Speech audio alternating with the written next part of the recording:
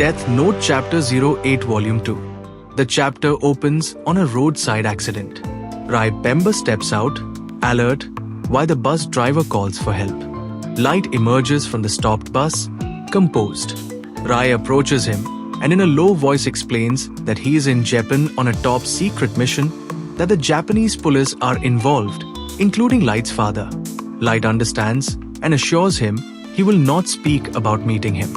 After this brief exchange, Raye decides to leave before the police arrive, not wanting to be identified at the scene.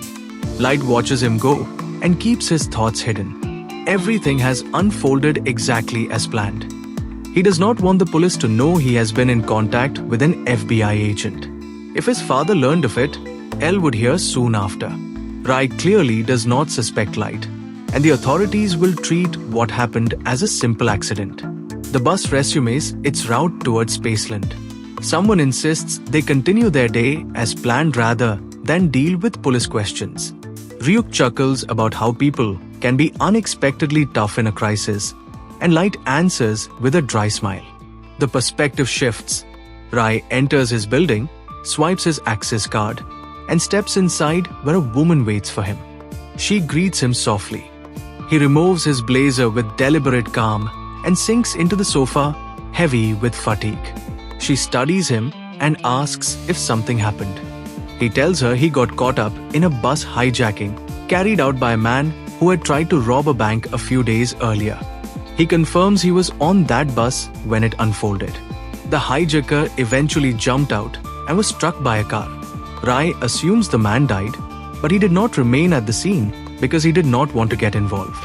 She hesitates, then asks if it was really a coincidence that Raye was there. She believes he was tailing a possible suspect and that a criminal died right in front of him. Raye draws a line. He reminds her that she was an excellent FBI agent, but that she is here as his fiancée and nothing else. She is no longer with the bureau. She promised not to get involved or do anything that would endanger her. Those were the conditions. They came so they could meet his parents. She backs down, calling it a force of habit, and apologizes. He softens and tells her not to take it too hard. Once they have a family, she will be so busy, she will forget she ever was an agent. He asks her to use her keen mind for something else right now, like figuring out how he can make a good impression on her future in-laws.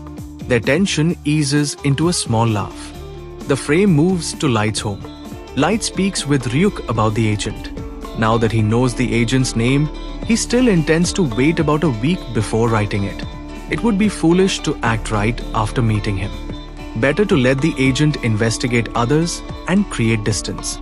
Light plans to write the name only after he has seen the list of names and faces of all FBI agents operating in Japan.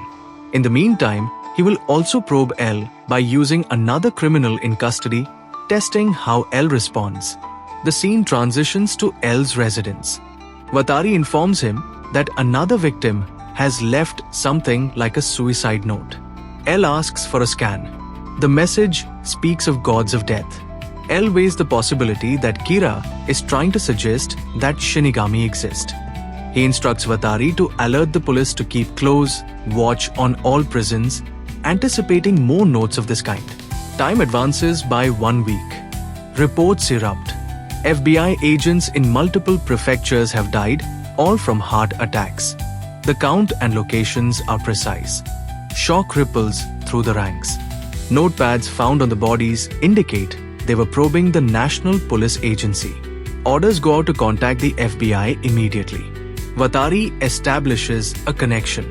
The FBI director informs L that 8 agents in Japan are confirmed dead and that he cannot reach the rest.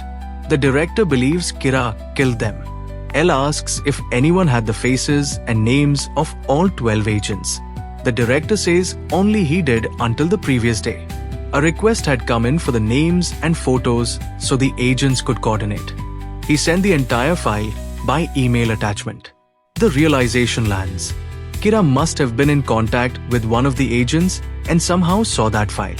The director explains that multiple agents asked for the same information, so he assumed it was a coordinated decision. He sent the file to the first 4 and told them to forward it to the others.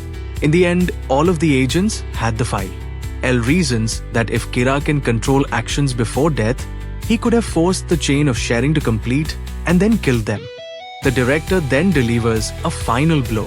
The FBI will terminate its investigation in Japan. He notes that Kira has murdered many criminals in the United States, but since L narrowed Kira's location to the Kanto region around Tokyo, the deaths have concentrated in Japan. The Japanese victims are criminals, but the FBI has lost good agents, people with families. The director faces political repercussions and fears for his own life because he is a public figure. The bureau is pulling out. A call comes to the FBI director from Detective Superintendent Yagami of the Japanese NPA. The director states that the FBI was in Japan at L's request. The task force reacts with outrage and dread. Trust in L erodes. They accept that if Kira murdered the FBI agents, he will also eliminate anyone who tries to catch him. That means every investigator is a target.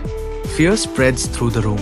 One officer reflects that perhaps they should have followed the FBI agents more closely instead of focusing on imprisoned criminals. The next day, another victim leaves a note. Watari scans it for L. It speaks of love never known and has a strange reference to apples ending in despair. L seats at Kira. Elsewhere, Light discusses the situation with Ryuk. By killing the FBI agents, he has taken a bold step. He is almost certain L will infer that Kira contacted at least one agent, and Light is confident that bold moves leave clues that L will chase. Even so, the FBI is now furious and will hesitate to send replacements. L is running out of pieces and will soon have to act directly. At last, the news reaches the woman closest to Raye. She learns that Raye is dead.